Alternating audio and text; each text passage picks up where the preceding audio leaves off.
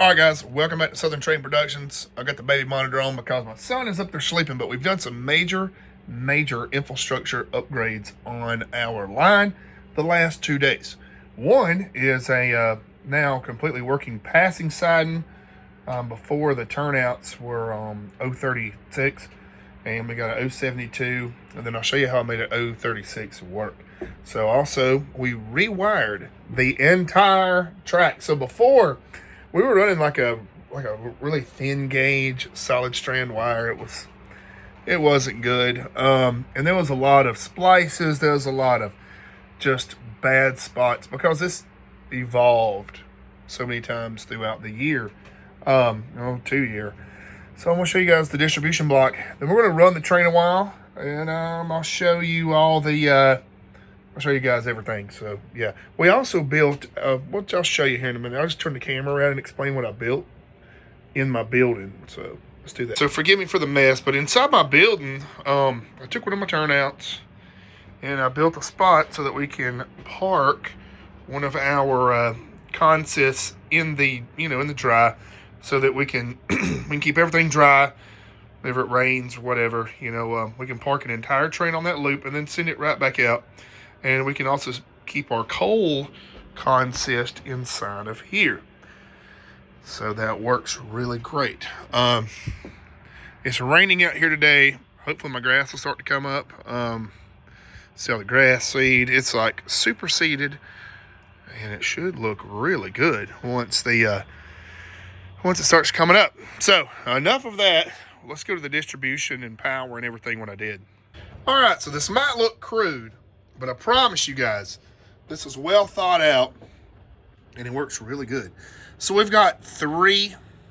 What I did was I took my transformer, I went back there on each terminal, on three of them, and I checked the voltage with my voltage meter, and I synchronized each voltage to the same output on three of the legs.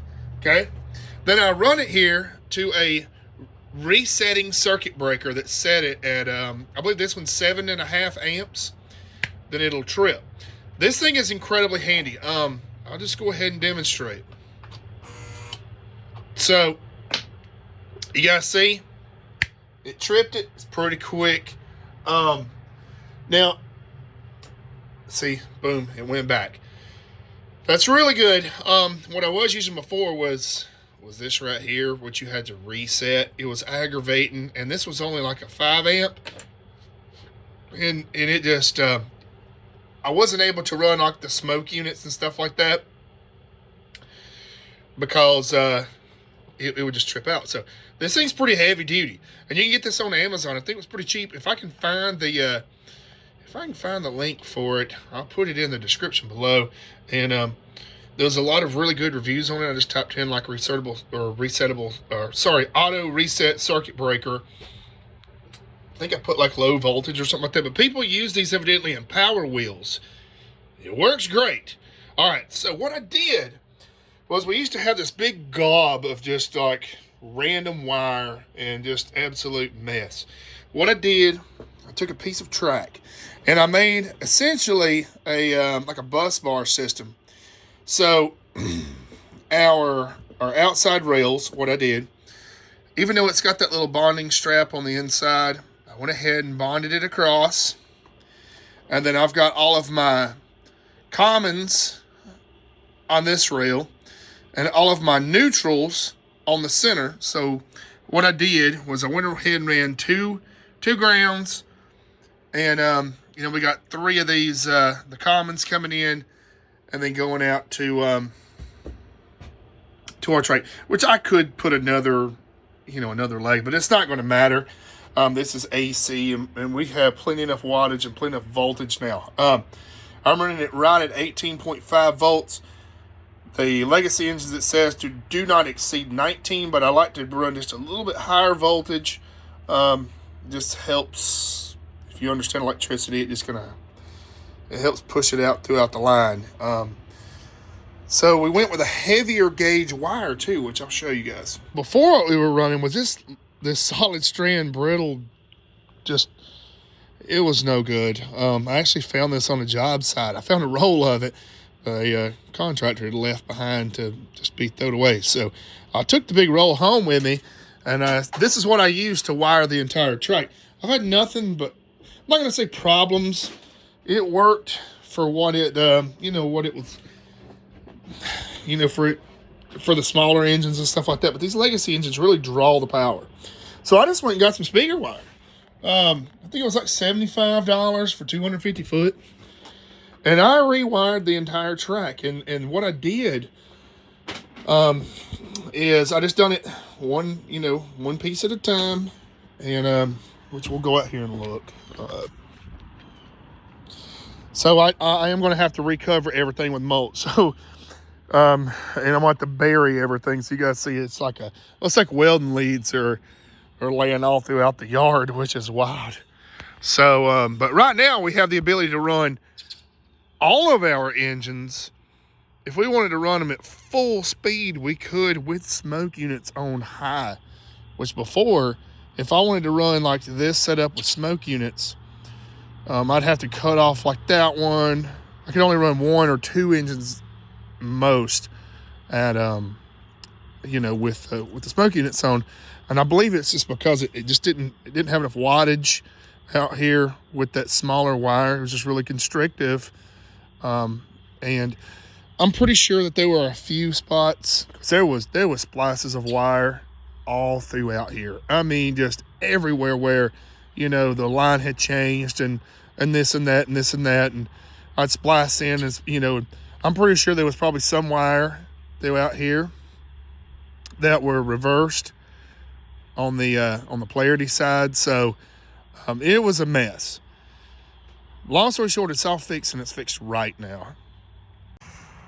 But yeah, what I'll do is I'll probably just, honest to God, I'll probably pay my little nephew to come out here and bury all this wire for me. I'll probably cover that up in mulch, and then I'll bury the rest. But this is going to really, the reason I'm doing all of these upgrades is because whenever we do our line expansion, which should run out here along the edge, come about to where that light is, and then come back in and tie back into the line, I wanted to make sure that we've got we got a good starting point, because there's no point in making this line even larger if we don't have the main line reliable.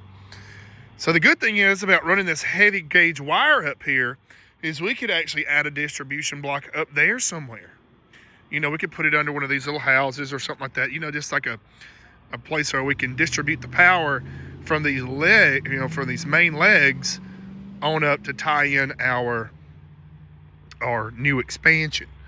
So that's a benefit. And that's the good thing about running AC power, is it transmits further than DC does. If you understand the DC AC theory, AC is really, that's what if you can do it, run AC only on your line. I know you can either run DC or AC with like line chief engines, but you're going to get the best experience out of AC, because if this was DC, we would have tons of feeders. And I know you guys are probably already thinking, like, why in the world do you have so many, because the line, I mean, it's large, but it's not incredibly large. In the perfect world, we wouldn't have to do this. But guys, you got to remember, I am outside. A lot of this track is, let's just say, used. It's been used and abused. It's been taken apart multiple times, changed, moved around. It's been all kind of stuff, and it's in the elements. So I've just come to find that, especially running with DPUs and multiple engines, it just runs better when you have power distributed throughout everything. In the perfect world, if this was inside, you wouldn't have to do this. You would have to put one like up there in that corner, maybe one here, one there, but I'm trying to minimize any problems out here. I just want to make these rails hot, and that's what we did. We've got voltage everywhere, no dips, no drops, because the problem is if you get a dip in voltage and your head ends on some really hot track, then you get a dip in your DPU, guess what's going to happen? It's going to slow down, and it's going to pull the train apart and break a coupler. And that is what happened right here. last night. So that's why I woke up this morning and I was like, you know what, screw it. I'm gonna go spend $130 at Lowe's. I bought me a new soldering iron, soldering wire, and a new and a big roll of wire. $130. It's done. And now it's reliable. It's raining outside. The tracks are kind of nasty, but I have had the best performance thus far, even in the rain, that I have ever had. Everything is just perfect. The engines are timed together perfect. They run great. So enough of me rambling, guys. We're going to run a couple of trains out here. You see, we do have an actual functioning siding now. And this is an 036 turnout, but I can run these larger engines on it as long as I've got a pretty good piece of straight here. So we got a piece of straight to a 60, and that gives us, it allows those engines to kind of straighten up before they come in and then turn. Eventually I will update this. The rain's really starting to come down now. So yeah, let's run it. I'm gonna wait till the rain kind of stops a little bit. Hopefully these guys will be good. I'll go throw something over them. So it's raining pretty dang good out here right now. The camera's not picking it up like I wish that it would. But we've got the cold drag coming into the shop. It'll take it a minute to get over here. So what I went ahead and did, like I was saying earlier, is now we have the ability to park this consist in the building with the ability to probably add, I'd say 4, maybe 5 more cars. Of course, we'll take them smaller ones off soon. So we can probably do like 1, 2, maybe 3, 4, 5 more cars. There's the train master. So yeah, that's going to work. And we're going to get the coal train in here.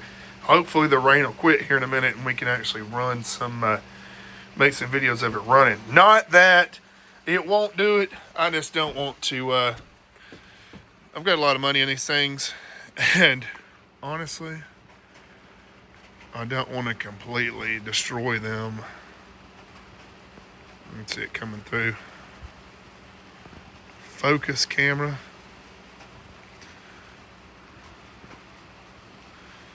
Like right through here was always a really bad dead zone. Fixed now, which is awesome. I ain't gonna say a dead zone, but a low voltage zone.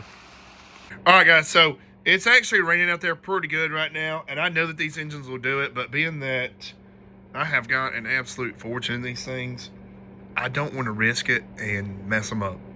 I'm not even gonna lie to you, I'm chickening out. I will make a running video either tomorrow or just whenever. Well, actually tomorrow it's going to rain more. I might come back out and make a raining video, but I want to go ahead and make another quick little part. So people ask me all the time, I bet you my comments, half of my comments are like, how do you run these outside and how do you keep them from rusting and all this stuff? But I use this Noox, and I'll show you. I'm gonna go get a piece of track like this track right here. So you gotta see, it's got, I mean, it does have rust on the sides of the rails, but who cares? The real railroad does too. Now this is a piece that was not coated underneath it, and you guys can see how chewed up it is. That's just my fault. So this piece of track here is a piece of track that was put in at the same time as the other one. And you guys see where I put the Noox underneath it, there's 0 rust. Of course, you know, I do got a little bit here and there on the sides, which that's completely fine. But the rail heads themselves, it's almost like they have like a conductive varnish on them. That works great. Now this track, I mean, it's not like it's bad. I can clean this up. It'll be fine. Honestly, I might just hit it with some Noox, coat it up, and it'll be fine. It'll be back in service before long. But yeah, guys, that's just a little video on how I get this Garden Railroad to run with LIOINEL stuff. Works good. So we'll see y'all on the next video. Thank you for watching, and make sure to like and subscribe.